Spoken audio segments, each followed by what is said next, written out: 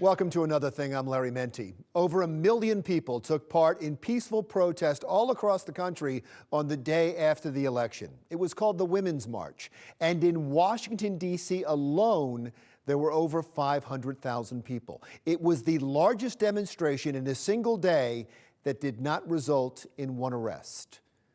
But what was the purpose of the march? That's what we'll be talking about today. And we begin with Kolodziej. Ellen. Thank you, Larry. Now, of course, estimates vary, but most experts agree that more than 3 million people around the globe turned out for these women's marches. Here in the U.S., hundreds of thousands turned out in cities such as D.C., Philadelphia, New York, and Trenton. But what do these protesters really hope to accomplish? I guess I was inspired that enough people cared enough to make that much of an effort. Kim Stewart made the effort to take her daughter McKenna and a few friends to the Women's March in Philadelphia, where 50,000 protesters made their voices heard. I was proud that the girls were interested in, being a part of what potentially could be history making, and that they're involved enough and sort of aware enough that, maybe some things could change as far as their rights. The idea for the march started with one Facebook post calling for women to gather in Washington to protest Donald Trump's election. But the event morphed into something much bigger all over the world. I would definitely say it was extremely empowering, super powerful. Really, I could feel it inside. I felt just extremely motivated and hopeful, and everything, all the people, all the chants, all the posters, everything combined just really made an impact on me. I was thinking, I shouldn't go. It would just be me.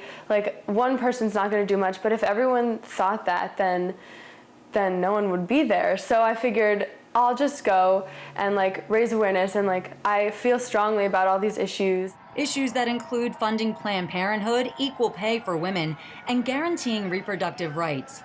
But the march did have some controversy when a pro-life group was taken off a list of sponsors. I was disappointed that not everyone was given a voice, and that, to me, went against the message that I thought was the whole point of the walk. But these women all agree the march accomplished its main goal, which they say was not to simply bash President Trump, but to raise awareness about what really matters to millions of people here at home and around the globe. It was really empowering to see so many women coming together, and men too, men who believed in these issues as well, to come together and show people what they believed in. You can't accomplish one full thing in that one day. Although it was so powerful, I feel like it was more of a step than crossing a finish line, but I think a very huge step in the right direction. Now, many of the organizers hope that if nothing else comes out of all of this, that more women will get involved in politics. And many people who took part in the protest, well, they hope that the march becomes an annual event. Reporting for Another Thing, I'm Kolodziej. To talk more about the Women's March now, and by the way, there were marches all over our area in New York and Philadelphia. There were 6 marches in New Jersey. And Deb Huber, who's the president of Now New Jersey, was at one of those marches. Thank you for being here. I appreciate it. Which march did you go to? I went to the Trenton March, which was the original Women's March on New Jersey. And so I was part of the organizing committee that was considering, how should we run it? Who should speak? How long should things go?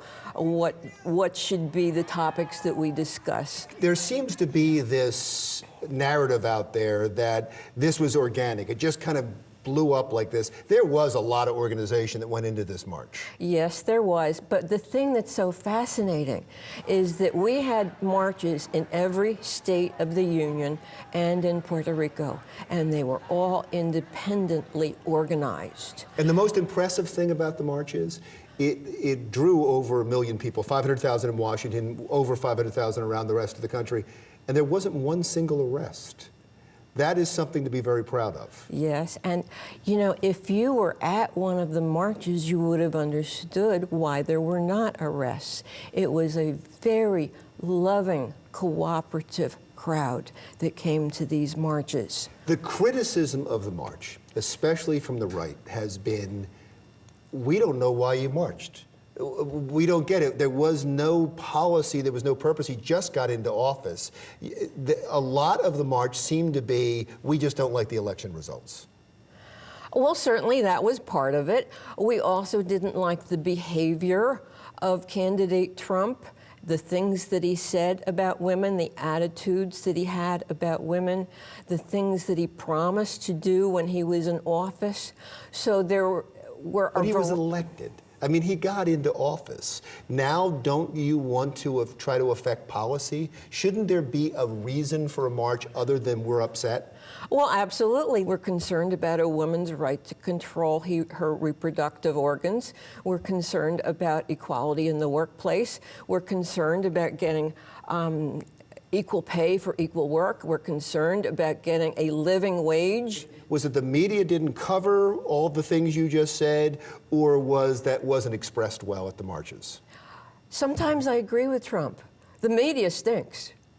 You know, they really did not. I don't disagree. They did not get the spirit of the march. They did not understand that this march marks the beginning of a spiritual and political uprising of women, a transition from a male-dominated, greed-oriented, dog-eat-dog society into one that's more based on feminine principles of support for each other, loving one another, nurturing. So it's not partisan at all. It's not Democrat, it's not Republican. You have problems with both parties. Yes, I do. And, you know, in organizing, we made it clear this was not explicitly anti-Trump. This was just... Although it came off that way. Well, you know, because certainly... every speaker seemed to take him on, and so immediately it seemed partisan. Well, yeah.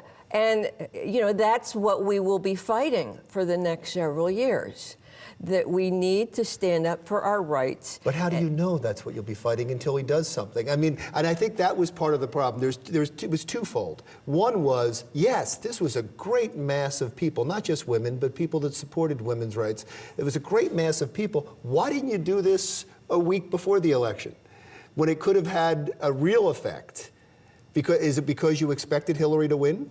This has brought out some issues that have been simmering for years, and unfortunately, people were lulled into complacency when Obama was in office. And unfortunately, Obama was not a progressive. Now, I mean, he hired a progressive speechwriter, but he was a corporatist. And if you look at his Trans-Pacific Partnership, a lot of its goals are the same as Trump's. But let's not look backwards. Let's look ahead for a second, and because we have to wrap up. If the march was a wonderful thing, and I will say that it was a wonderful thing. Everybody has to agree, if they're American, in peaceful protest, and it was well organized, and it was a wonderful thing. It was the message seemed to be diluted. If nothing happens from here on out, if it's just a march, then it's failed.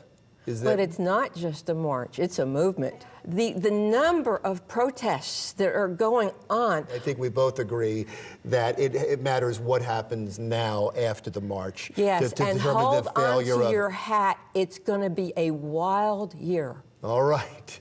Deb Huber, president of Now New Jersey, thank you so much for being here. Thank you, Larry. When we come back, dealing with the growing problem of teenage depression. That's still to come.